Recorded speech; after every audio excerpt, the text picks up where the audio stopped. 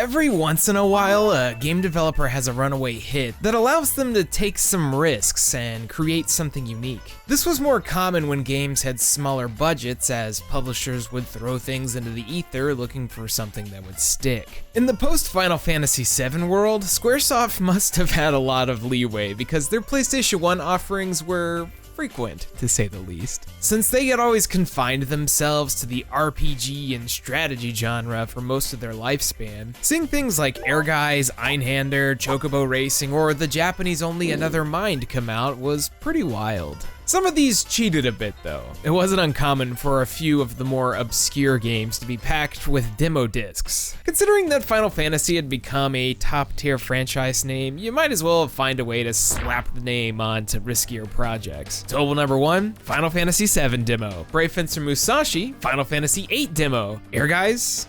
Just fucking put Cloud in it. But at least in my mind, there are no Squaresoft projects from this era more unique or as interesting as Parasite Eve. So yo, it's Austin, and today we're going to be talking about something pretty special. But first, I want to give a big shout out to Mark on the community Discord and Patreon for being the very first person to back the request tier. I'm pretty stoked that Parasite Eve was chosen to be the very first Patreon request, but before we get into this, we have to go back a little bit because technically, Parasite Eve is a licensed game. Parasite Eve was a popular sci-fi horror novel written by pharmacologist and graduate student Hideaki Senna in 1995. It also had a relatively popular movie adaptation in 1997. The game that Squaresoft put out in 1998 actually serves as a sequel to this, which is something I can't recall happening often in media, if at all. In fact, there's actually 2 separate manga that take place in the universe as well, but those were never translated. Now, you don't need to have read or watched the source material in order to understand the game, but it does help with a few of the concepts. In the interest of saving time, let's blaze through this. Toshiaki Nagashima is a university professor who's all about mitochondrial research. What is mitochondria? Mitochondria is the powerhouse of the cell. Also known as an organelle that's basically kind of like another digestive system in our body that helps make us all big strong. Yes, us, because every one of us has mitochondria living inside of us. I say living because they are technically advanced enough to do their own thing. Mitochondria are basically a buff and healing class, and if they aren't working, say bye. So Toshiaki's wife, Kiyomi, is injured in a car crash, becoming brain dead. Things aren't looking too great, so a doctor, Takashi Yoshizumi, wants to use her kidneys to save one of his patients, Mariko Anzai. In any other movie or book, things would end with the surgery being a success and happy life happening, but this is a horror story. Turns out Toshiaki is kind of a crazy motherfucker and agrees for the organ transplant in exchange for dead Kiyomi's liver. I guess you're technically still hanging out with your wife if her cells are being cultivated and moving around. 奥様のそばにいてあげなくてもいいんですか? 清美はここにいるよ。 What the fuck? Is this allowed? Well, as it turns out, the mitochondria was complicated enough to go rogue, assumes a human form in the shape of Kiyomi is like, hey, give me that dick, and Toshiaki obliges. Kind of. Then goes to Mariko, who had the implant of the super mitochondria kidney in an attempt to create a super baby and destroy all of humanity. Yes, that's the plot. ミトコンドリアと僕とミトコンドリアの子供が生まれる。 The mitochondria takes the name Eve because, hey, biblical reference, and she has the power to control the mitochondria inside of you, like a mind control or just igniting you into flames. Then Toshiaki's like, I loved you, and Eve's like, I made her love you, and he's like, nah, dude, I met her before you took control, and Eve's like, well, shit. And then they burn to death together. In the movie, anyways. The book's a lot more graphic and goes into questionable shit that I don't want to talk about. Basically, the original Parasite Eve is about the mitochondria in our bodies having a heel turn and trying to kill us. So there's 2 things you need to take away from this. Number 1, anytime the game references the incident in Japan, this is what they're talking about. And number 2, if you're tired of the word mitochondria, strap in. Seriously, it's not going to get any better, because it's time to talk about Squaresoft's cult hit RPG, Parasite Eve. Parasite Eve, better known as the Xenogears and Final Fantasy VIII demo disc, came out in March 1998 in Japan and September 1998 in North America. Surprisingly, it did not get a release in PAL regions, so I wouldn't be surprised if a few of you haven't even heard of this before. But hey, even so, nearly 2 million copies of this were sold between the two countries, which is mighty impressive for something deemed a cult hit. But what is it? Parasite Eve kind of falls firmly between Resident Evil and Final Fantasy, which on paper doesn't even make sense. A survival horror RPG? That's something which has been done like one other time, and it was terrible. You take control of Aya Bria, a police officer in New York City. She's kind of a badass, but you can't tell right away, considering she's on a date with the world's lamest man. Gee, aren't you glad we're on a date? Wowie. Also, I named Aya Austin. You're hitting up the town to check out an opera that has some dude dressed as a king waving around a plunger. Squaresoft really liked the whole Shakespearean play thing back in this era, didn't they? You got like Final Fantasy and Final Fantasy and Final Fantasy. Anyway, the girl playing Eva in this play decides to sing, and because this is Parasite Eve, if you remember the movie I just talked about, proceeds to set the audience on fire. But in this game, they actually melt into a weird, gross orange goo? Somehow Aya survives this, as well as her date. How did he live through that? She shoulder checks him out of there, and her badass cop starts to come out. It's time to fight. Hold on, I'm almost there. Aya confronts the actress who just lit the place up, and she seems to be possessed by something, especially considering she's got like lasers. If you read the book, watched the movie, or paid attention to this video so far, you know very well the mitochondria has gone rogue again. Also, it turns out that Aya has access to the mitochondrial power as well. We'll get to that, but for now, let's talk about how this plays. I know a lot of y'all might associate PlayStation 1 era survival horror with tank controls, but you'll be pleasantly surprised to know that Parasite Eve controls like a normal fucking game. Well, kind of. You navigate around the map like anything else from the genre, but then random encounters happen? Yeah, that's right. And also extremely jarring. For a game that people like to label as a horror game, the concept of random encounters sure throw any element of horror out the window, at least from a jump scare sense. Majority of the thrilling moments Parasite Eve offers come from the visual imagery, the body horror, and self-insertion into the context, as opposed to like, boo. Aren't you scared of me? I actually prefer this to the modern Resident Evil style of just trying to terrify the player, though I will say that in 2019, this isn't very scary. Combat itself is actually extremely interesting and fun to play. Everything takes place on the same pre-rendered background you're already exploring, so there's not a shift to a completely different 3D environment. From there, you have a version of the Final Fantasy active time battle system with the ability to freely move. In fact, you need to physically avoid enemy attacks to preserve HP, and most everything in the game is dodgeable. That's a pretty radical change from Squaresoft not being able to do anything. Anytime the bar fills up, you press a button to ready an action. This can be firing off your guns or using magic with parasite energy, which you'll unlock as the game moves on. Different guns have different firing rates. Spells take up a part of your energy meter, which refills over time. If you deplete that meter entirely, Aya gets stunned in place. And of course, as this is technically a survival horror game, ammo is a limited resource. However, it drops so frequently that I never found myself running out and having to resort to the melee attack, so I don't even have footage of that. It's weird that rats carry bullets, though. Each encounter gives you experience points and items. Every time you level up, you're granted bonus points. You spend those bonus points on one of two things: item capacity or active time. You'll naturally gain points in these per level, so I found it best to drop them all into active time so you can shoot gun faster. Although since this is a survival horror game, this will most likely have you struggling with your inventory capacity, especially because you'll find new guns and items all the time. Thankfully, you can find and use tools which will allow you to essentially upgrade guns using other guns. months. I imagine Aya like scotch taping 2 guns together and just calling it a day. With this, you can transfer gun traits like additional damage or just the stats in the gun. However, it does consume them, so be careful. And it works the same for all the armor. I like these systems quite a bit actually. It's pretty forward thinking of Squaresoft, considering non-turn-based gameplay with RPG elements weren't as mainstream back then as they are today. While it's limited in scope, considering it's a PlayStation 1 game, it does what it needs to do. However, there are some big flaws with these systems, but we'll touch on that later. Parasite Eve was branded as the cinematic RPG. It's even on the back of the box. It wanted to tell a story more than anything else, and being the sequel to a well-regarded novel, it better have done the job.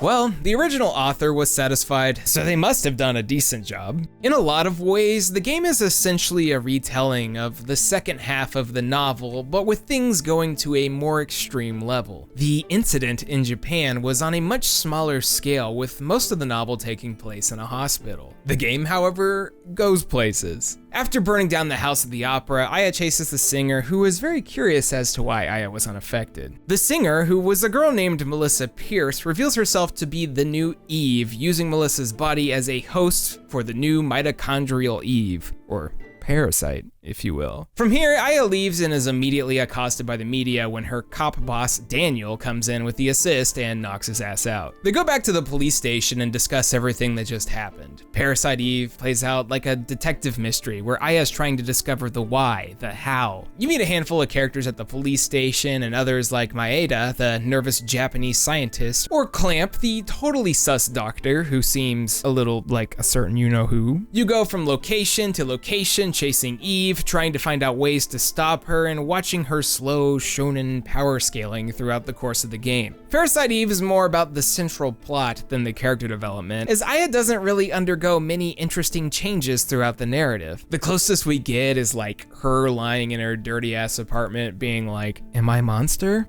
You aren't monster," but in a plot that is trying its damned hardest to educate the audience as to what mitochondria is, it's acceptable. Especially considering the entirety of Parasite Eve takes place over 6 days, over Christmas break actually. Yeah, that's right, Parasite Eve is a Christmas game, so get rid of all those fucking songs and just play this instead. No more songs, no more Christmas! Aya uses the police station as her central hub, being able to store items, upgrade weapons, and talk to NPCs to progress the plot. From there, you can leave and access the world map, which, what do you know, it's Manhattan. Considering this was 1998 and only a year after Final Fantasy VII, these visuals are quite the upgrade and pretty impressive for the time. Also, a bit of a hint as to what we could expect with Final Fantasy VIII. While PE doesn't have any voice acting, it does have a lot of text. Like, a lot. Not quite Xenogears level of dialogue, but traveling from destination to destination will give you lengthy bouts of downtime between action sequences. If you aren't into sci-fi, sciencey talk, this could be a turnoff. But if you love a story's attempt to make its supernatural seem as plausible as possible, it's a treat. It's like the Star Trek thing. It's not quite at the level as, say, the book, which is essentially an entire manual on how to do a kidney implant, but it does its best. So Eve continues to kill more and more people, and it turns out she's looking for, you guessed it, sperm. Like I said, it mirrors the novel quite a bit. You attempt to stop her, but Eve is just always one step ahead of Aya. I mean, I guess that does come with being the perfect life form and being able to control every human ever, but that's not to say Aya isn't close to a perfect life form either. As you play through the game, you find some documents that essentially say that Melissa, the girl who's hosting Eve, had an organ transplant from your twin sister, Maya. Maya and your mother, Mariko. Is this the same Mariko from the novel and movie? It's unsure, but it seems to be a yes. Aya's half Caucasian and half Japanese, however, the timeline of events wouldn't line up for that. This could just be a reference, or maybe the game decided to retcon the entire timeline. I don't know, no nobody knows. Anyways, when she was younger, Aya needed a cornea transplant due to an eye defect and was given Maya's after her death, which I assume gave her the super mitochondria powers. All of these surgeries were done by Dr. Clamp, who was very, very interested in the Japanese incident. I think you see where this is going. Clamp then took Maya's liver and cultivated the mitochondrial cells that had Eve residing in them, presumably at the discretion of the possessed Melissa Pierce. I've thought about livers more writing the script than in my entire life. What all of this means is, basically, the Eve from the original Parasite Eve survived inside Mariko from the movie, made it several years and a few retcons, married an American man who has no name, gave birth to twins, Maya and Aya, died, and then had her dead daughter's organs put in another person's body, presumably less resistant to the mitochondrial control, to then be possessed and attempt to destroy humanity again. All of this culminates in, because this is an RPG, a save the world type of situation where Aya has to go through being just another cop on the force, just saving the gosh darn world. I have to wonder though, considering you play as her for 6 days straight, when does this girl find the time to clean? I thought this game was the one with the sexy shower scene, but that's actually the sequel. And the sequel to that, I can only imagine Aya's just sitting here running around in melty people goo before rewarding herself with a shower in the sequel. Simple enough, right? That's basically how I connected the original Parasite Eve novel and movie to the game. I don't really want to go into like the individual character interactions, cause they are kind of entertaining and do add a lot. But I guess, like I said earlier, they must have done it justice because the author liked it. However, the game itself is not without its flaws, and I want to talk about that.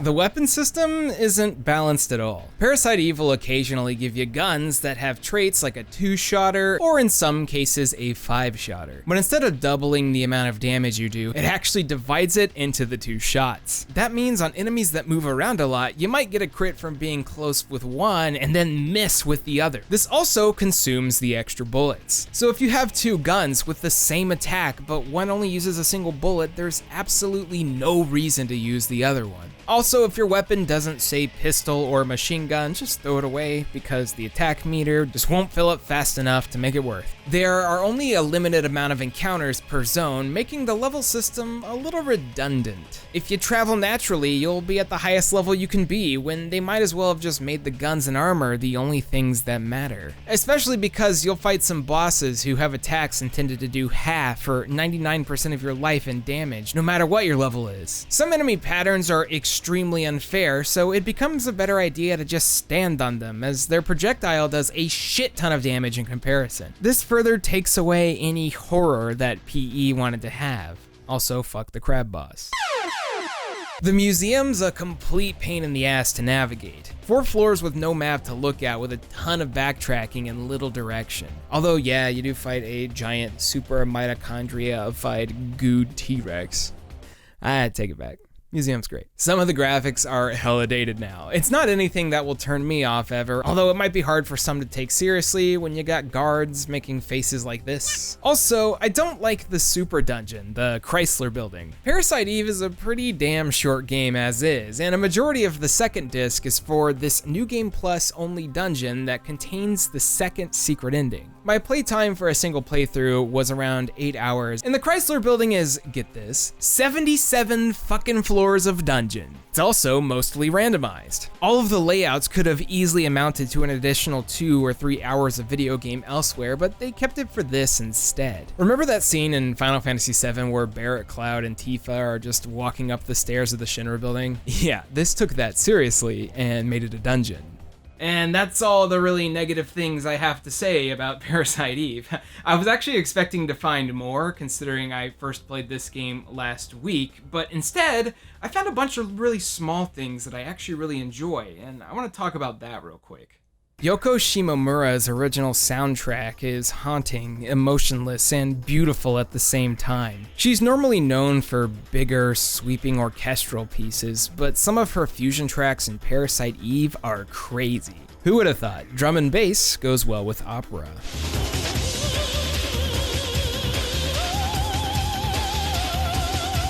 Tetsuya Nomura's art was falling more into place here and would become closer and closer to what we would expect from him. Aya's design is strong, confident, and American. His and the art team's take on the body horror that classic films like Akira or Eraserhead got us used to is unique and memorable. There's also a lot of really neat small details. One of the first times we see the nervous Maeda, he's talking to some cops. One of them's being a bit of a xenophobic shithead, and for some reason they wrote out the cops' Japanese dialogue in English, which reads, "ridiculous." Then he catches on fire. The hidden chocobo on the front of the museum is a nice touch. The boss fights at times can have interesting mechanics with storytelling mid-fight, such as these worms growing in size because of mitochondria. Also, there's the ending sequence. Spoilers for old game. When you beat the Ultimate Being's final form in the first ending, the game for a split second turns into an actual survival horror game where you have to blow up the carrier. After hatching into a weird baby thing, it keeps evolving and actually chases you through the final sequence. Kinda threw me off considering that doesn't happen anywhere else in the game. Also, you fight Eve on a carriage being pulled by flaming horses through a zoo located in Central Park. It's pretty sick. I don't know about everybody else, but I interpreted the ending as we were the humans were the parasites the whole time. But you know, that's up for interpretation. And well, that's Parasite Eve. Squaresoft's first M-rated game, Squaresoft's first foray into the survival horror genre, and more importantly, a pretty good game. I was really happy to finally get a chance to step into this one, but thankfully, Ayabria's story doesn't end here. Got the sequel and another one. I don't have that one, but I have this one. Parasite Eve actually has a sequel, 2 of them in fact. Parasite Eve 2 for the PlayStation 1 and The Third Birthday for the PSP. I don't know much about these other than people generally don't like the PSP one, but these are things we're gonna tackle another day because after playing this, I'm extremely interested to see where it goes. Parasite Eve came out in a weird time in video games where risks were easier to take and it was easier to find a niche. I don't think something like this would be made by a AAA studio in 2019, and while that kinda sucks, it's cool to know that it happened at all. It's crazy to think that the canonical sequel to a book is a video game, and it's even crazier to think that that happened in the 90s. I'm looking for more examples of this, because I can't actually think of any, so if you think of any, please let me know in the comments. Anyway, I asked what our lovely Patreon supporter had to say about Parasite Eve and why he picked it, so let me share that with you real quick. Parasite Eve is an interesting specimen. It's a JRPG in the modern United States. Places in the game like the Rockefeller Center, Central Park, the Chrysler Building, Carnegie Hall, they exist, minus the mitochondria goop everywhere. You can literally visit them. That blew my mind as a child. It's a short RPG, relatively easy and wholesome. Okay, maybe not wholesome. If you're looking for something in the same vein as Resident Evil, but a little different, I highly encourage you to try out Parasite Eve. I'm actually gonna open up a couple more slots if people are interested in doing that, and I like playing good games. That's a good time. But now to end this video, we have to ask the burning question. Can you pet the dog in Parasite Eve? I'm gonna say no. Alrighty, thank you guys so much for watching, and thanks again to Mark for suggesting the video. Also, a special shout out to Alfredo Ariano, Chase Scott, Christopher Olivia, Cliff Pro, Irrational, J Roos, Jackets, Jacoby Fitzpatrick, Calvin Wong, Legend Gary, Nitron, Plasma Phoenix, Ronnie Vile, Shintaro, and Superfly1787. Thank you all for the Patreon support. It means a lot. I'm really happy that we did Parasite Eve. I've been wanting to do it for a long time, but now we've done it, and now we can kill the meme. For now. It'll come back. I love you. Bye.